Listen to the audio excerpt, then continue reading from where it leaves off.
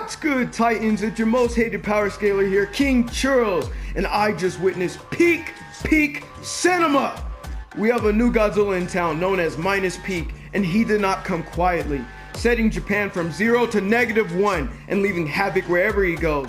But there's another Godzilla who recently had a new show and about to have a new movie, and he would not like what Minus Peak is doing to the natural order. So when Legendary rolls up on Minus Peak, will he end his destruction, or will he become another victim to Minus Peak's wrath? I, King Churros, will go over their stats and their feats to determine the true winner of this legendary battle. Allow us to begin. Minus Peak starts off as a Godzilla source, wrecking light towers and chopping on people like he Pac-Man, easily going from wall level plus to small building level of power.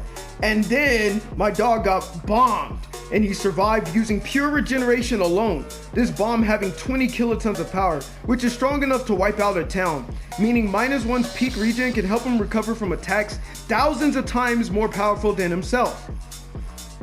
After this, he grows larger and angrier, becoming more powerful than he ever was before.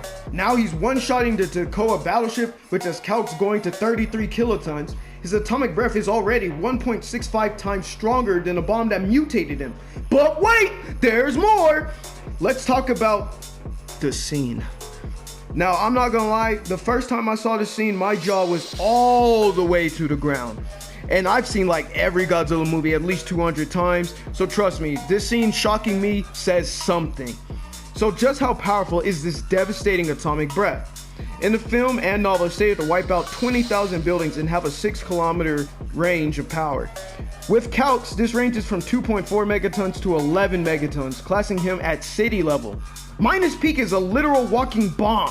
He's not only insanely powerful, but very durable. He was able to tank fire from the Takawa battleship, tank fire from jet fire, tank attacks from tanks. Get it? Tanks? Huh? Hey, what are you doing? Even if Minus Peak gets his eye blown out, he can regenerate it. Instant regen described to be faster than a human eye can perceive. Minus Peak is a beast, and I mean, let's keep it real. What could legendary Godzilla even do? Like, Minus Peak's atomic breath is so explosive and powerful, it just wipes out cities and everything, and it's so strong. Like, has legendary Godzilla haven't even experienced anything that even comes close to that? Oh. Nah, that's an outlier. Ain't no way he can do it twice. Let's break the truth. Legendary Godzilla bullies -1, and it's not even close. Even before Godzilla got bigger and stronger in 2019, way back in 1954, he tanked nukes wielding 15 megatons. And yes, legendary Godzilla's atomic breath is more powerful too. And yeah, sure, my dog Minus Peak wiped out a city, which is pretty good, but legendary Godzilla blew a hole through the earth, which includes a gravitational binding barrier of the hollow earth, which needed highly advanced ships to go through, and Titans themselves. Even calcs coming in at a low end from 500 gigatons, which is large island level, which massively outclasses city level. And that's not even Godzilla supercharged or thermonuclear, and maybe even his evolved form might be even better than that. But King Churros, you bumbling buffoon! What about -1's regen? And don't get me wrong, his regen is good, but it has its limits. After his eye got blown out, a new scar appeared underneath his newly grown eye, indicating he doesn't always come back perfectly. Also, his atomic breath damaged him and he has to take time to recover, also showing the regen isn't always like Wolverine where it just works 24/7 no matter what damage he takes. He still has his limits. And Legendary has fought multiple opponents who can regen, such as King Ghidorah and Shinomura. So this is nothing new for Monsterverse Godzilla. So he easily one tail swipe, one atomic breath, one kick, or even one sneeze away from obliterating -1. Legendary Godzilla wins 0 difficulty.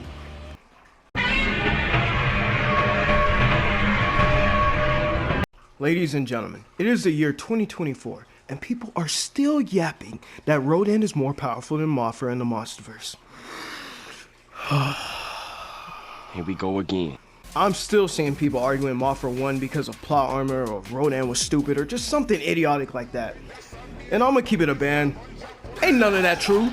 Let's get this done and out the way so people can stop capping. The fight begins with Rodan sneaking Mothra, and even with an ambush advantage, Mothra was still able to get her bearings and eventually overpower Rodan.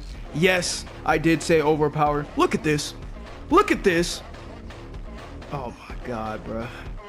Mothra is 1/3 the size of Rodan, and she can still physically contend with him. To put this into perspective, this would be the equivalent of a kindergartner body slamming an NBA player. Rodan, this is embarrassing. The fight goes off screen, so we don't see what happens. It's a little bit of a mystery, but of course there's the novel. Now, when the movie finally gives it to the faith of a 1v1 with no cutaways, Rodan does have the advantage, I will admit. He slams Mothra pretty hard. Noticeably, Mothra's wings are burnt, indicating she's weakened in this instance, showing Rodan was slowly burning her throughout the fight. Then Rodan barges into her, engulfs her in flames. He starts flexing, acting like he's a superstar. This man thinks he's LeBron, but no, Rodan, you're not fooling anybody. We did not forget your fight with Ghidorah. When Rodan goes for the killing blow, Mothra shows that she has a faster combat reaction time, and she smacks him away before he could even touch her. And look, she hit him so hard, Rodan had to get off of her. And then he decided to weaken her even more by slamming his entire weight on her at supersonic speed again. And despite that, Mothra being more than likely even more weakened at this point in time, was still ducking and weaving Rodan's attacks, showing she has faster combat and reaction speeds. Rodan, retire! You're supposed to be the fastest Titan in the Monsterverse, and you're getting gimped by everybody in the verse now. And then Mothra hits him with the stinger, which ends the fight.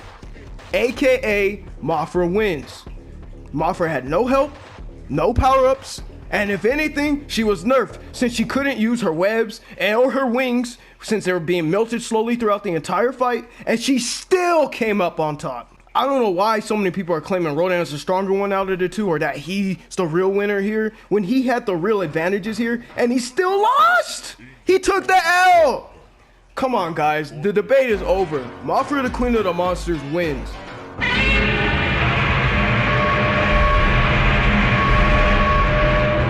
Hey Churro gang, it's me again. And like how I addressed some of my past mistakes, there is still one lingering on my mind. That's out of 10, Kong takes 6 and Shin takes 4. Like, he's that close to just a draw or even a victory. It's just, it's not a lot of wins for Kong, but I say overall Kong wins. Did I really used to sound like that? Well, with that aside, I gotta redeem this old vid. I used to think that this fight was close, and it's not. Kong absolutely demolishes Shin in every way, shape, and form. Shin's devastating atomic breath destroyed a good portion of Tokyo, with calcs going from 400 tons to 2.4 megatons of TNT, either multi-city block to city-level powers of destruction. But I'm gonna give Shin Godzilla even more credit here. His alternative self fought Shin Ghidorah, who created a storm covering Tokyo, with calcs going from 5.4 megatons to 133 megatons of TNT, aka this power ranges from small city to mountain levels of power. Being this multiverse version of Shin is based off classic Shin, we'll just say they're equal in power. So Shin Godzilla is city to mountain level in power, which is very impressive. And Kong, this stupid monkey, does he even have anything? Oh, you get the point. Already went over this earlier in the vid with my Monsterverse disrespectful low ball being that large island level, which outclasses mountain level by several tiers, and Kong damaged this Godzilla with the axe, meaning Kong should have no issue doing the same here. It also doesn't help that Shin reaction time is him reacting to stealth bombers and missiles, which are high subsonic to supersonic in speed, while Kong is casually reacting to Monsterverse relativistic atomic breath, meaning Shin literally wouldn't see what hit him. Kong beats Shin Godzilla 0 ounce of difficulty, not close at all. However, there is one way Shin can win this fight, and that is if he brings some milk. And no, not that kind, I mean this. Kong falling to his knees immediately. And I don't blame him, I would too.